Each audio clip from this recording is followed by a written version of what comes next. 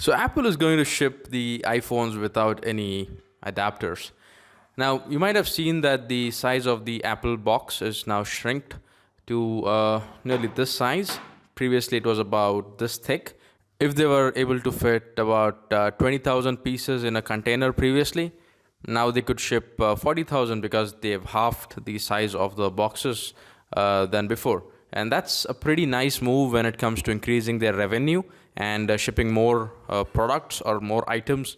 It would reduce their logistics cost and deliver more of their products to the markets they want to sell it into, giving them a very good go-to-market strategy and a fast-paced sales approach. Good for them, but not that great for the consumers, because the adapters which they are not shipping, they are USB Type-C adapters. When you look at it, the wires, the charging cables which they are shipping along with the iPhones, they are Lightning to USB Type-C. Now, most of us have the regular USB-A, the regular adapters, the regular wall chargers, and even the previous models of iPhones, they had the regular USB Type-A based adapters. This is the kind of adapter you all have, as you can see on the screen. And suddenly when Apple has changed the lightning cable to make it a USB Type-C cable, a lot of people would really have to buy new adapters because they wouldn't have the USB Type-C adapters with them at home.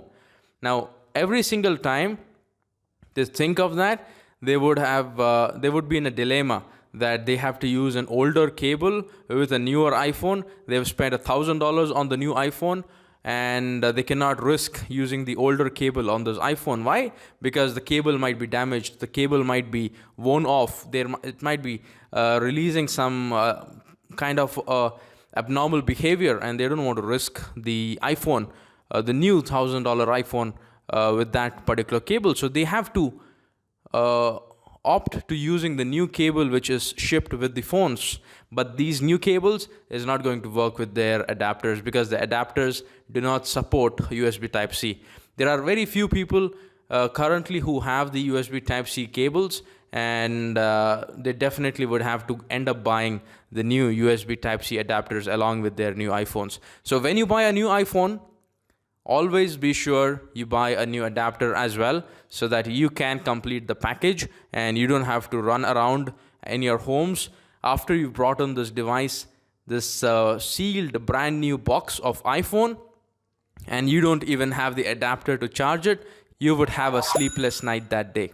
I would definitely buy the adapter along with the new iPhone. If I would buy the new iPhone, that's a separate question altogether. But at this point in time, if you are going to buy the iPhone, don't forget to buy the adapter or the MagSafe charger along with it. So, as always, take care, thank you, and have a nice day.